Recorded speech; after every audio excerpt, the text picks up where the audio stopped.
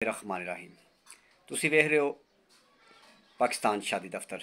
तमाम दोस्तों को अस्सलाम वालेकुम। अल्लाह ताला तुहानू खुश रखे, आबाद रखे, तुहाडी लंबी जिंदगी करे। तुसी इस तरह हंसते मुस्कुराते रहो, दुनिया की हर खुशी तुहाडा मुकद्दर बन जाए।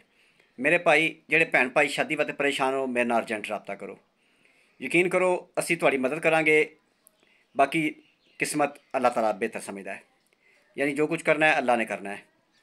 असी सिर्फ मेहनत कर सकने हैं, तुहाडे वास्ते दुआ कर सकने हैं।